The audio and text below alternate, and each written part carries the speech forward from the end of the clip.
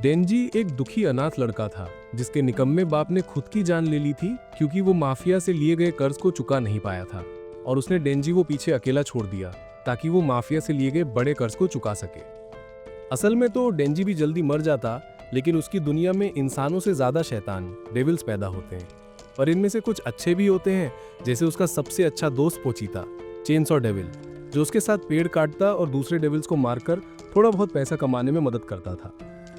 लेकिन जब माफिया वालों ने डेंजी को धोखा देकर मार डाला, तब पोचीता ने अपनी कुर्बानी देकर उसे जिंदा किया और उसे चेनसॉ मैन में बदल दिया ताकि वो जिंदा रह सके और एक दिन अपनी सपनों वाली जिंदगी जी पाए। कहानी शुरू होती है जब डेंजी टोमेटो डेविल को मारकर लौट रहा था और माफिया वाला उसका हैंडलर वहां आता है। वो कहता है कि टोमेटो डेविल के हिस्से काले बाजार में अच्छे पैसे दिलाएंगे और इसके लिए वो उसे 4 लाख येन देगा। डेंजी खुश हो जाता है, लेकिन वो बूढ़ा कमीना उसमें से कर्ज की किश्त और बाकी काटकर सिर्फ 70,000 येन पकड़ा देता है। फिर जब डेंजी अपने बिल और बाकी उधार चुका देता है तो उसके पास सिर्फ 1800 येन बचते हैं, जो पूरे महीने का खर्चा होने वाला था। रात को अपने टूटी फूटी झोपड़े जैसे घर में डेंजी और पोचीता सिर्फ एक स्लाइस ब्रेड खाकर गुजारा करते हैं। डेंजी कहता है कि आम लोग ब्रेड पर जैम या बटर लगाकर खाते हैं, लेकिन वो अफोर्ड नहीं कर सकता। फिर सोचता है कि शायद उसकी कभी गर्लफ्रेंड भी नहीं बनेगी, क्योंकि ना तो उसके पास उसे घुमाने ले जाने के पैसे हैं और ना ही कोई अच्छा घर जहां वो उसे बुला सके। खिड़की से बाहर देखते हुए वो कहता है कि कम से कम मरने से पहले एक बार औरत के साथ सोना चाहता हूँ। बारिश उसे उस दिन की याद दिलाती है जब उसकी जिंदगी बदल गई थी। उसके बाप ने खुदकुशी करके माफिया से भागने की कोशिश की थी और वो बूढ़ा हरामी डेंजी से बोला कि कल सुबह तक 7 लाख येन लेकर आना, वरना जान से मार दूंगा। उसी वक्त डेंजी ने पहली बार पोचीता को देखा, जो एक छोटे कुत्ते जैसे चेनसॉ डेविल की शक्ल में था। डेंजी डर गया था और सोच रहा था कि वैसे भी मरना है तो डेविल से ही सही। पर फिर उसने देखा कि पोचीता खुद घायल है। वो अपने बाप की मौत के बाद और एक मौत नहीं देख पाया। उसने पोचीता को अपना खून पिलाया ताकि वो जिंदा रहे। डेंजी ने कहा कि ये फ्री में नहीं है, ये कॉन्ट्रैक्ट है। अब तेरी बारी है मुझे मदद करने की, क्योंकि मैं भी जीना चाहता हूँ। अगले दिन डेंजी ने पोचीता की मदद से एक डेविल को मारा और वहीं से माफिया ने उसे अपने पर्सनल डेविल हंटर की तरह काम पर रख लिया। वापस वर्तमान में लौटते हुए डेंजी अचानक खून खांसने लगता है और उसे याद आता है कि उसकी माँ भी खून की खांसी से मरी थी। तभी दरवाजे पर दस्तक होती है और वो बूढ़ा कमीना कहता है कि उसके लिए काम है। वो डेंजी को शहर से बाहर एक पुरानी फैक्ट्री में ले जाता है। डेंजी को लगने लगता है कि कुछ गड़बड़ है। बूढ़ा आदमी कहता है, तूने इतने टाइम तक हमारे कुत्ते की तरह काम किया, लेकिन तुझसे हमेशा सड़ी बदबू आती है। डेंजी कुछ समझ पाता उससे पहले ही एक गुंडा उसे और पोचीता को तलवार से वार करता है। जमीन पर गिरते हुए डेंजी सुनता है कि बूढ़े ने भी एक डेविल से कॉन्ट्रैक्ट किया है ताकतवर बनने के लिए। और तभी अचानक एक बहुत बड़ा सा गंदा सा डेविल सामने आता है, जिसकी अगुवाई में पूरी की पूरी ज़ॉम्बीज़ की फौज खड़ी थी। वो डेंजी को बताता है कि माफिया वाले इतने बेवकूफ थे कि सिर्फ ताकत के लालच में ज़ॉम्बी डेविल के गुलाम बन बैठे। उन्हें यह समझ ही नहीं आया कि जो भी इसका कॉन्ट्रैक्ट करता है खुद भी ज़ॉम्बी बन जाता है। फिर वो बड़ा सा डेविल अपने ज़ॉम्बीज़ को आदेश देता है कि डेंजी को मार डालो और उसके टुकड़े कचरे में फेंक दो, क्योंकि उसे डेविल हंटर से नफरत है। डेंजी पोचीता को उठाकर भागने की कोशिश करता है, लेकिन ज़ॉम्बीज़ लगातार पीछे पड़े रहते हैं। वो डेंजी को काटते, नोचते और जमीन पर पटक कर बेरहमी से छुरियां घोंपने लगते हैं। दर्द में चिल्लाते हुए डेंजी सोचता है कि उसकी ये छोटी सी ख्वाहिश एक साधारण और नॉर्मल जिंदगी जीने की पूरी क्यों नहीं हो सकती। कुछ ही देर में उसका कटा फटा शरीर कचरे के डिब्बे में डाल दिया जाता है। खून की एक बूंद टपक कर पोचीता के मुंह में जाती है और वो आखिरी बार जाग उठता है। उसे याद आता है जब डेंजी ने कहा था कि अगर वो डेविल से लड़ते लड़ते मर गया तो यही उसकी सबसे बड़ी अफसोस होगी। डेंजी ने पोचीता से कहा था कि अगर वो जल्दी मर गया तो वो उसका शरीर अपने काबू में लेकर शहर से निकल जाए और एक नॉर्मल इंसान की तरह जिए और मरे। ये सब याद करके पोचीता अपनी ताकत इस्तेमाल करता है और डेंजी के शरीर को जोड़ना शुरू कर देता है। तभी डेंजी सपने में उसे देखता है। डेंजी पूछता है कि क्या उसने उसका शरीर ले लिया, लेकिन पोचीता बोलता है कि उसे उसकी बातें सुनना हमेशा अच्छा लगता था। अब ये उनका नया कॉन्ट्रैक्ट है। वो डेंजी को अपना डेविल हार्ट दे रहा है और बदले में डेंजी को उसके सारे सपने पूरे करके दिखाने होंगे। डेंजी अचानक जाग जाता है और देखता है कि उसका शरीर पूरी तरह से ठीक हो गया है। अब पोचीता की पूंछ पर जो कॉर्ड था वो उसके सीने में आ गया है। ज़ॉम्बीज़ उसे देखकर फिर हमला करने आते हैं और ज़ॉम्बी डेविल कहता है कि इस बार इसे पूरा खा जाओ, लेकिन डेंजी गुस्से में कॉर्ड खींच देता है। जैसे ही ज़ॉम्बीज़ उस पर कूदते हैं, अचानक उसके हाथों और सिर से चेनसॉ निकल आते हैं। ये देख ज़ॉम्बी डेविल दंग रह जाता है। डेंजी फटाफट उस पर झपटता है और उसकी आंख पर गहरा वार करता है। डेविल चीख पड़ता है और टेंटिकल से डेंजी को उछालकर दूर फेंक देता है। डेंजी स्टील के खंभे से टकराकर गिरता है लेकिन फिर भी खड़ा हो जाता है। एक बड़ा ज़ॉम्बी उस पर लोहे की छड़ से हमला करता है मगर उसका कुछ असर नहीं होता। डेंजी तुरंत उसे चीर डालता है और बाकियों पर टूट पड़ता है। ज़ॉम्बी डेविल उसे घोंकने के लिए और ज़ॉम्बीज उस पर छोड़ता है लेकिन डेंजी उन्हें काटता फाड़ता आगे बढ़ता है और सीधे ज़ॉम्बी डेविल तक पहुंच जाता है। वो उसके टेंटिकल काटकर सिर तक पहुंचता है और अपनी चेनसॉ उसकी खोपड़ी में घुसा जाता है, फिर उसे बीच से चीर डालता है। डेविल मर जाता है लेकिन बाकी ज़ॉम्बीज अभी भी खड़े हैं। डेंजी फिर से कॉर्ड खींचकर पागलों की तरह सबको काटने लगता है और चिल्लाता है कि अब आखिरकार उसका कर्ज उतर जाएगा। अगली सुबह सरकारी डेविल हंटर्स उस गोदाम में पहुंचते हैं और वहां डेंजी को खड़ा देखते हैं जो चारों तरफ कटे फटे ज़ॉम्बी लाशों से घिरा हुआ था। उनकी लीडर माकिमा उसके पास आती है और कहती है कि वो आधा इंसान और आधा डेविल जैसा लग रहा है। वो पूछती है कि क्या उसने ही सबको मारा है। डेंजी बस गिरते हुए उसके कहता है कि उसे गले लगा लो। माकिमा उसकी बात मानकर उसे अपनी बाहों में थाम लेती है। तभी उसकी चेनसॉ और डेविल वाला हेलमेट पिघलकर गायब हो जाता है और डेंजी फिर से नॉर्मल इंसान की शक्ल में आ जाता है। डेंजी कंफ्यूज था तो माकिमा उसे अपनी गोद में लेटाकर कहती है कि वो पब्लिक सेफ्टी ब्यूरो से है और अब उसके पास दो रास्ते हैं, या तो डेविल बनकर मर जाए या उसका पालतू बन जाए जिसे वो अच्छे से खिलाएगी पिलाएगी। डेंजी कुछ समझ ही नहीं पाता और बस पूछता है नाश्ते में क्या मिलेगा। माकिमा मुस्कुराकर कहती है ब्रेड, बटर, जैम और साथ में कॉफी। डेंजी को यकीन ही नहीं होता कि उसकी नॉर्मल लाइफ जीने का सपना अब शुरू होने वाला है। वो माकिमा और बाकी लोगों के साथ गाड़ी में बैठ जाता है। माकिमा हल्की मुस्कान के साथ कहती है कि अब से वो उसका कुत्ता है और उसे सिर्फ हाँ सुनना है, क्योंकि उसे ऐसा कुत्ता नहीं चाहिए जो मालिक की बात ना माने। डेंजी थोड़ा हैरान होता है क्योंकि पहले तो उसे लगा था कि माकिमा बहुत दयालु है और वो उस पर फिदा भी हो गया था, लेकिन अब वो उसे कुत्ते की तरह ट्रीट कर रही है। कुत्ते की बात सुनकर डेंजी को पोचेता याद आता है और वो उदास हो जाता है, लेकिन तभी उसका पेट गुड़गुड़ाता है। माकिमा कहती है कि चलो कहीं रुककर नाश्ता करते हैं। डेंजी कहता है कि उसके पास पैसे नहीं है, तो माकिमा कहती है कि इस बार उसका ट्रीट है और यहाँ तक कि अपनी कोट उतारकर उसे उड़ाने देती है। डेंजी सब कुछ भूलकर फिर से उस पर फिदा हो जाता है। जल्दी ही वो लोग नाश्ते की एक छोटी सी दुकान पर रुकते हैं, लेकिन वहां डेंजी फिर से गिर पड़ता है क्योंकि उसके शरीर से बहुत खून बह चुका था। माकिमा पूछती है कि वो ऐसा कैसे बन गया, तो डेंजी बताता है कि उसके पालतू डेविल ने उसे अपना दिल और ताकत दे दी है। माकिमा कहती है कि ऐसा तो कभी हुआ नहीं, लेकिन उसे डेंजी पर भरोसा है और उसकी तेज सूंघने की क्षमता से वो बता सकती है कि उसका डेविल दोस्त अभी भी उसके अंदर जिंदा है। ये सुनकर डेंजी खुश हो जाता है और फिर बेहोश हो जाता है। जब वो जागता है तो खुद को फिर से माकिमा की गोद में पाता है। उसके सामने नाश्ता रखा था। माकिमा पूछती है कि क्या वो खुद खा सकता है, लेकिन डेंजी मना कर देता है ताकि वो उसे अपने हाथों से खिलाए। खाते खाते डेंजी उससे पूछता है कि उसे किस तरह के लड़के पसंद है। माकिमा बताती है कि उसे वैसे लड़के पसंद हैं जैसा डेंजी है। ये सुनकर डेंजी तो साथ में आसमान पर पहुंच जाता है और ख्यालों में खोया रहता है। इसी बीच माकिमा उसे डेविल हंटर के हेडक्वार्टर्स ले जाती है और नया यूनिफॉर्म पहनने को देती है। उसके बाद वो उसकी मुलाकात एक और डेविल हंटर और उसके सीनियर आकी से करवाती है। माकिमा कहती है कि अब से डेंजी उसके साथ काम करेगा। डेंजी तुरंत नाटक करता है कि उसे माकिमा के साथ ही काम करना है। माकिमा नरमी से समझाती है कि अगर वो अच्छा काम करेगा तो उसे प्रमोट करके उसके साथ भी लगाया जाएगा। शहर में डेंजी बार बार आकी से पूछता है कि क्या माकिमा का कोई बॉयफ्रेंड है। आकी चिढ़ जाता है और उसे एक गली में ले जाकर पीट देता है। वो कहता है कि ये नौकरी उसके लिए नहीं है और उसे छोड़ दे, क्योंकि जो लोग छोटी छोटी वजहों से ये काम करते हैं वो जल्दी मर जाते हैं। आगी कहता है कि वो उसकी भलाई के लिए कह रहा है। फिर सिगरेट जलाकर उसके ऊपर फेंकता है और कहता है कि कल से दिखना मत। आकी जाने लगता है, लेकिन डेंजी पीछे से भागकर उस पर नट क्रैकर इस्तेमाल करता है।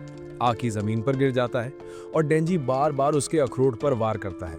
वो कहता है यही है मेरा लड़ने का तरीका। उसे डेविल से लड़ने की परवाह नहीं, वो तो बस इसलिए आया है क्योंकि माकिमा यहाँ है और अगर उसे रोज अच्छा खाना मिल जाए तो इसके लिए वो मरने को भी तैयार है। आकी उठकर फिर उस पर हमला करता है, लेकिन डेंजी दोबारा फिर से उसके अखरोट पर लात मारता है और उसे फिर से गिरा देता है। बाद में वो दोनों हेडक्वार्टर्स पहुंचते हैं और कहते हैं कि ये साथ काम नहीं कर सकते, लेकिन माकिमा फिर भी डेंजी को आकी की टीम में डाल देती है और कहती है कि ये स्क्वाड तो हमेशा से अजीब लोगों के लिए ही बनाया गया है। वो डेंजी को साफ चेतावनी देती है कि अगर उसने नौकरी छोड़ी या भागने की कोशिश की तो उसे अपराधी मानकर तुरंत मार दिया जाएगा। आखिर में आकी को ही कहा जाता है कि वो डेंजी को अपने घर में रखे। अगले दिन डेंजी आकी के घर में हर तरह की चीजें ब्रेड पर लगाकर खाता है और पूरा रायता फैला देता है, लेकिन फिर भी उसे लगता है कि उसकी सपनों वाली लाइफ अब शुरू हो रही है। आकी गुस्से को दबाकर उसे घर से निकालता नहीं। जल्दी ही उन्हें एक मिशन मिलता है, एक फींड यानी कि डेविल जो इंसानी शरीर पर कब्जा कर लेता है, उसे खत्म करने का। डेंजी पूछता है कि क्या वो खुद भी फींड है। आकी कहता है नहीं, क्योंकि फींड्स की शक्ल इंसानों जैसी नहीं होती। वो लोग एक कमरे में पहुंचते हैं जहां एक फींड चिड़िया खा रहा होता है। आकी कहता है कि डेंजी ट्रांसफॉर्म होकर उसे मारे, लेकिन डेंजी कुल्हाड़ी से जल्दी काम तमाम कर देता है। वो कहता है कि ऐसा करने से उस फींड को कम दर्द होगा। आकी गुस्से में उसका सिर खिड़की से दबा देता है और बताता है कि उसे डेविल से नफरत है, क्योंकि एक डेविल ने उसके पूरे परिवार को उसकी आंखों के सामने मार दिया था। वो पूछता है कि क्या डेंजी डेविल्स का दोस्त बनना चाहता है। डेंजी कहता है कि अगर कोई डेविल उसका दोस्त बनना चाहे तो वो मान लेगा, क्योंकि उसके पास कोई दोस्त नहीं है। आकी चला जाता है और डेंजी कमरे में पड़े अडल्ट मैगजीन्स उठाने लगता है। असलियत ये थी कि उसने फींड को चैनसॉ बनकर नहीं मारा, क्योंकि उसे उन मैगजीन पर खून नहीं कराना था। डेंजी सोचता है कि अब वो वही जिंदगी जी रहा है जिसका उसने सपना देखा था, लेकिन फिर भी कुछ कमी है। उसे लगता है कि उसके पास कोई बड़ा मकसद नहीं है जो लोगों को आगे बढ़ाता है। सोचते सोचते उसके दिमाग में फिर से माँ की माँ आती है।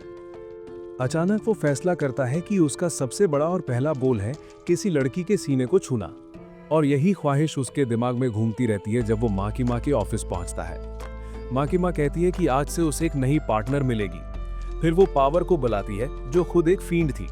माँ की माँ बताती है कि पावर थोड़ी समझदार है, इसलिए उसे भी आकी की यूनिट में रखा गया है। डेंजी और पावर दोनों साथ में शहर की छतों से गश्त शुरू करते हैं। डेंजी को लगता है कि पावर बहुत ज्यादा परेशान करने वाली और शेखीबाज है। वो बार बार कहती है कि उसे कुछ मारने के लिए ढूंढो, क्योंकि उसका खून पीने का मन है। लेकिन डेंजी उसकी इन बुरी आदतों को इग्नोर कर देता है, क्योंकि उसके दिमाग में बस यही चल रहा होता है कि शायद बाद में उसे मौका मिल जाए उससे नजदीक होने का। दोनों आराम कर रहे थे क्योंकि उन्हें कोई डेविल नहीं मिला। पावर बोलती है कि शायद ऐसा इसलिए हुआ क्योंकि वो बहुत ताकतवर है और छोटे मोटे डेविल उससे डर गए हैं। डेंजी चिढ़ जाता है, लेकिन तभी अचानक पावर को खून की गंध आती है और वो भागते हुए आगे निकल जाती है। सड़क पर उसे सी कुकम्बर डेविल मिलता है। वो तुरंत अपने खून से हथौड़ा बनाती है और एक ही वार में डेविल को कुचल देती है। डेंजी बस ये सब देखता रह जाता है। थोड़ी देर बाद सी कुकम्बर का कचरा साफ करने का काम शुरू होता है और माँ की माँ भी वहां पहुंच जाती है। वो डेंजी और पावर को डांटती है और कहती है कि ये काम पहले से ही एक सिविलियन हंटर को दिया गया था और इन्होंने बीच में दखल दे दिया। वो कहती है कि शायद पावर डेविल हंटर बनने के लायक नहीं है और सिर्फ अपनी जान बचाने के लिए काम कर रही है। पावर तुरंत बोलती है कि ये सब तो डेंजी ने उसे करने को कहा था। डेंजी उससे झूठा कहता है और दोनों आपस में लड़ने लगते हैं। लेकिन जैसे ही माँ की माँ उन्हें रुकने को कहती है, पावर डरकर तुरंत शांत हो जाती है। बाद में जब डेंजी वेंडिंग मशीन से ड्रिंक ले रहा था तो पावर एक आवारा बिल्ली के साथ खेल रही थी। वो अचानक बताती है कि वो सिर्फ बिल्लियों के साथ ही घुल मिल सकती है। फींड बनने से पहले वो एक ताकतवर डेविल थी और इंसानों से नफरत करती थी, लेकिन अब उसे डेविल से भी नफरत है क्योंकि एक डेविल ने उसकी पालतू बिल्ली म्यावी को अगवा कर लिया। पावर कहती है कि वो अपनी बिल्ली को वापस लाने के लिए कुछ भी कर सकती है, चाहे उसे इंसानों के साथ मिलकर काम क्यों ना करना पड़े। डेंजी कहता है कि उसे समझ नहीं आता कोई बिल्ली के लिए इतना क्यों करेगा, लेकिन अगर बात कुत्ते की होती या किसी लड़की के करीब जाने की होती तो वो समझ सकता है। तभी पावर पूछती है कि अगर वो वादा करे कि वो डेंजी को उसे छूने देगी तो क्या वो उसकी बिल्ली वापस लाने में मदद करेगा। डेंजी तुरंत जोश में आ जाता है और कहता है कि वो उस डेविल को मार देगा जिसने बेचारी बिल्ली को अगवा किया है। माँ की माँ से छुट्टी लेकर डेंजी और पावर उस डेविल के ठिकाने की तरफ निकलते हैं। पावर कहती है कि अगर वो डेविल को देख लेगा तो वो बिल्ली को ढाल बना लेगा, इसलिए डेंजी को ही उससे लड़ना होगा। दोनों गांव जैसे इलाके में पहुंचते हैं और पावर एक घर की तरफ इशारा करती है। डेंजी पूछता है कि अगर वो डेविल तुम्हें देख लेगा तो क्या बिल्ली को बंधक नहीं बना लेगा। ये सुनते ही पावर रुक जाती है और डेंजी समझ जाता है कि उसके साथ धोखा हुआ है। वो पावर पर हमला करने की कोशिश करता है, लेकिन पावर तेज निकलती है और उसे खून के हथौड़े से बेहोश कर देती है। फिर उसे घसीटकर घर के अंदर ले जाती है और बैड डेविल को सौंप देती है जिससे उसके सौदा किया हुआ था। बैड डेविल डेंजी को उठाकर दिखाता है कि उसके हाथ पर चोट डेविल हंटर्स की वजह से आई है और अब वो डेंजी का खून पीकर ठीक होगा। वो डेंजी को दबाकर उसका खून पीता है। खून का स्वाद उसे बहुत गंदा लगता है, लेकिन उसका शरीर तुरंत ठीक हो जाता है। वो डेंजी को फेंक देता है और छत पर चढ़कर कहता है कि अब उसे और इंसान खाने पड़ेंगे ताकि ये बुरा स्वाद मिट सके। डेंजी पावर की तरफ देखता है और समझता है कि उसे उस पर भरोसा नहीं करना चाहिए था। पावर बैड डेविल से कहती है कि अब सौदे के हिसाब से मेरी बिल्ली लौटा दो। डेविल उसे बिल्ली दिखाता है, लेकिन फिर कहता है कि चूंकि तुमने मुझे गंदा खून दिया है, अब तुम्हें सजा मिलेगी। वो म्यावी को पिंजरे समेत निकल जाता है। ये देखकर पावर टूट जाती है। उसे याद आता है कि जब वो फींड बनी थी तो जंगल में पहली बार म्यावी से मिली थी। वो नन्ही बिल्ली बिल्कुल भी उससे नहीं डरी थी और पावर ने सोचा था कि वो बस टाइम पास के लिए उसे पाल लेगी। लेकिन धीरे धीरे वो बिल्ली से जुड़ गई थी। एक दिन जब वो छत पर आराम कर रही थी तो बैड डेविल आकर उसकी बिल्ली छीन ले गया और कहा कि अगर बिल्ली चाहिए तो इंसानी खून ला कर दो। अब डेविल को बिल्ली खाते देखकर पावर का दिल टूट जाता है। वो डेंजी की तरफ उदास नजरों से देखती है और तभी बैड डेविल उसे भी पकड़कर पूरा निकल जाता है। वो शहर की तरफ उड़ने लगता है ताकि और इंसानों को खा सके, लेकिन तभी उसे महसूस होता है कि डेंजी अब भी चिपका हुआ है। डेविल उसे मारने की कोशिश करता है, लेकिन तभी डेंजी कॉर्ड खींच देता है। वो सोचता है कि जब उसने पोचीटा को खोया था तो उसे कैसा दर्द हुआ था और पावर को भी वैसा ही दर्द हुआ होगा अपनी बिल्ली खोकर। अचानक उसके सिर से चेनसॉ निकल आती है और वो उसी से बैड डेविल का हाथ काट देता है। डेंजी और बैड डेविल दोनों एक बिल्डिंग पर गिर जाते हैं। वहाँ एक ऑफिस वाली लड़की डरी हुई होती है। डेंजी उससे बोलता है कि भाग जा वरना तू खाई जाएगी। फिर वो सीधा बैड डेविल पर चार्ज मार देता है और उससे रोड पर घसीट के नीचे गिरा देता है और लगातार अटैक करता है। साथ ही वो आसपास के लोगों को भी चिल्लाता है कि भाग जाओ। ये देख के बैड डेविल सोचता है ये उसकी कमजोरी बन सकती है। वो एक कार उठाता है जिसमें एक आदमी भी बैठे होता है और सीधा डेंजी पर फेंक देता है। डेंजी तुरंत अपनी हाथ वाली चेनसॉ हटा लेता है और कार को पकड़ लेता है। बैड डेविल हंस के पूछता है तू क्यों इंसानों की जान बचाने में अपनी ताकत बर्बाद कर रहा है? डेंजी कहता है मुझे इंसानों से कोई मतलब ही नहीं। फिर वो कार वापस उसी पर फेंक देता है। कार के अंदर वाला आदमी मुश्किल से कूद के बच जाता है और कार सीधा बैड डेविल के सिर पे लग के ब्लास्ट हो जाती है और उसके सिर में आग लग जाती है। ये देख के बैड डेविल और गुस्सा हो जाता है और अपना सबसे पावरफुल अटैक करता है। बहुत सारा हवा खींचता है और एक अल्ट्रासोनिक कैनन निकालता है। उस आवाज का धमाका इतना पावरफुल था कि एक बिल्डिंग ही टूट जाती है। बैड डेविल सोचता है कि अब डेंजी मर गया होगा, इसलिए वो इंसान को खाने के लिए उठाता है, लेकिन डेंजी अभी जिंदा होता है। वो अपना कॉर्ड खींचता है और चेनसॉ घूमने लगती है। बैड डेविल शॉक होकर कहता है तू अभी तक जिंदा कैसे है? डेंजी चीख के बोलता है मैं इससे भी बड़ी तकलीफ से गुजरा हूँ और मैं तब तक नहीं मरने वाला जब तक गर्लफ्रेंड नहीं बन जाती। बैड डेविल उसकी इंटेंसिटी देख के घबरा जाता है। वो इंसान को छोड़ देता है और डेंजी को रोकने के लिए एक बड़ा पत्थर फेंकता है, लेकिन डेंजी उस पत्थर को बीच से काट देता है और सीधा उसके ऊपर चार्ज करके उसकी दूसरी आर्म भी काट देता है। फिर उससे बिल्डिंग में दे मार के उसका पेट फाड़ देता है और उसकी आंतें बाहर गिर जाती है। जल्दी ही पावर अपनी आंख खोलती है और डेंजी की बाहों में होती है। उसके हाथ में म्याऊ का केज होता है जो वो जोर से पकड़े होती है। पावर पूछती है तूने मुझे क्यों बचाया जब मैंने तुझे मरने की कोशिश की थी? डेंजी कुछ बोलता ही है तब पावर उसे इडियट बोलती है और कहती है कि अपना प्रॉमिस याद रखो, अब तू टच कर सकता है। डेंजी खुशी से पागल हो जाता है और चीयर करने लगता है, लेकिन तभी अचानक उसका एक हाथ कट जाता है। एक बड़ा सा वर्म जैसा डेविल आता है और उसका कटा हुआ हाथ खा जाता है। डेंजी हैरान होकर देखता रह जाता है। वो पावर से पूछता है तू लड़ पाएगी? पावर कहती है मैं तो हिल भी नहीं सकती। वो कहती है तू म्याऊ को लेके भाग जा, लेकिन डेंजी डिसाइड करता है कि वो लड़ाएगा। वो कॉर्ड खींचता है पर बस एक छोटी सी चेनसॉ उसके सिर से निकलती है क्योंकि उसने बहुत खून खो दिया है। वो वर्म डेविल के पास जाता है। वर्म डेविल कहती है कि बैड डेविल मेरा बॉयफ्रेंड था और तुझसे मुझे छेड़छाड़ नहीं है। तू क्यूट लग रहा है इसलिए तुझे छोड़ती हूँ, लेकिन मैं लड़की और कैट को मार दूंगी। ये सुन के डेंजी को गुस्सा आ जाता है और कहता है कि मेरा रिवॉर्ड कोई छीन नहीं सकता। वर्म डेविल उस पर टेंटिकल से अटैक करती है। डेंजी डॉज करता है, इधर उधर जंप करता है, लेकिन वो उसे पकड़ के एक बिल्डिंग में फेंक देती है। डेंजी लगातार उसके अटैक से बचने की कोशिश करता है। फिर एक चांस मिलते ही वो वर्म डेविल के पास पहुंचता है और उसको मुक्का मार देता है, लेकिन वर्म डेविल फिर से उसे झटका मार के दूर फेंक देती है। वो कहती है मुझे यकीन नहीं होता मेरा बॉयफ्रेंड तेरे जैसे कमजोर से हारा, तू अभी मरने वाला है। डेंजी चीख के बोलता है मैं तब तक नहीं मरने वाला जब तक अपनी हाथ मेलन पर नहीं रख लेता। वर्म डेविल उसके ड्रीम को पैथेटिक बोलती है। ये सुन के डेंजी को और गुस्सा आ जाता है। उसे याद आता है सब लोग उसके सपने को पैथेटिक कहते थे। ये सोच के वो और ज्यादा होशियार और गुस्से में डेविल पर चार्ज करता है। वो ऊपर चढ़ जाता है और अपनी छोटी चेनसॉ से उसको कट करता है। वो चीखता है मेरा ड्रीम भी उतना ही बड़ा है जितना किसी का रिवेंज या अपने फैमिली को बचाने का सपना होता है। अगर तू मुझसे हार गई तो तेरा ह्यूमंस को खाने का सपना मेरे सपने से नीचे है। वर्म डेविल उस पर टेंटिकल से और अटैक करती है। डेंजी उन्हें डॉज करता है और बैड डेविल की आंतों से उसके पैर बांध देता है। फिर उसे नीचे गिरा देता है और उससे और चोट पहुंचाता है, लेकिन वर्म डेविल उसे टेंटिकल आर्म से बार बार मारने लगती है। डेंजी थक के गिर जाता है, लेकिन फिर भी वो खुद को उठाता है और बोलता है, मैं अभी भी लड़ूंगा। वो इधर उधर दौड़ता है और फिर मेस के नीचे छिपके वर्म डेविल पर पीछे से अटैक करने के लिए आ जाता है। डेंजी उसके बाल पकड़ लेता है और उसके अंदर चेनसो घुसा देता है, लेकिन वो भी अपनी जबान से डेंजी को छेड़ देती है।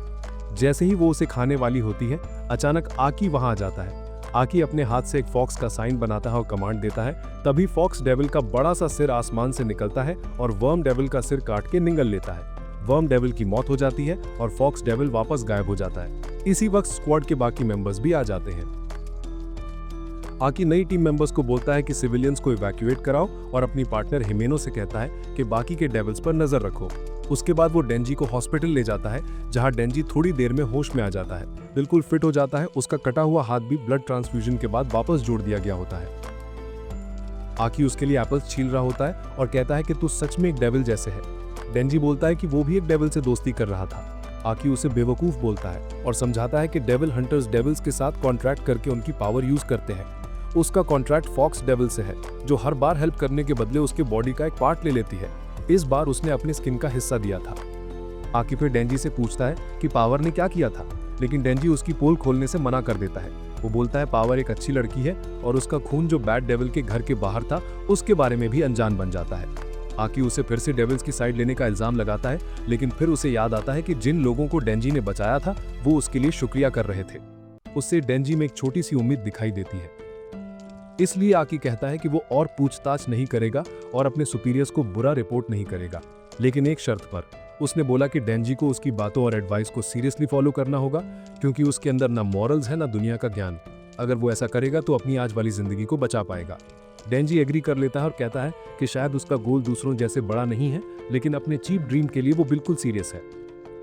उसके बाद आकी बाहर जाता है, जहां पावर हाथ कड़ी में बंधी होती है। वो बोलती है कि अब तो मुझे छोड़ दो, अब मैं इनोसेंट साबित हो गई हूँ। आकी उसे छोड़ देता है, चाहे उसकी सीनियर ने मना किया था।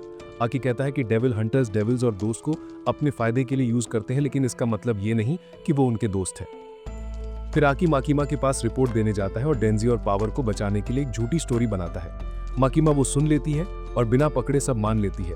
वो आकी से कहती है कि तू डेंजी के साथ रह के थोड़ा सॉफ्ट हो गया है। अगले दिन आकी सुबह उठकर घर के सारे काम करता है, जबकि डेंजी अभी भी एक फ्री लोडर की तरह आराम कर रहा होता है।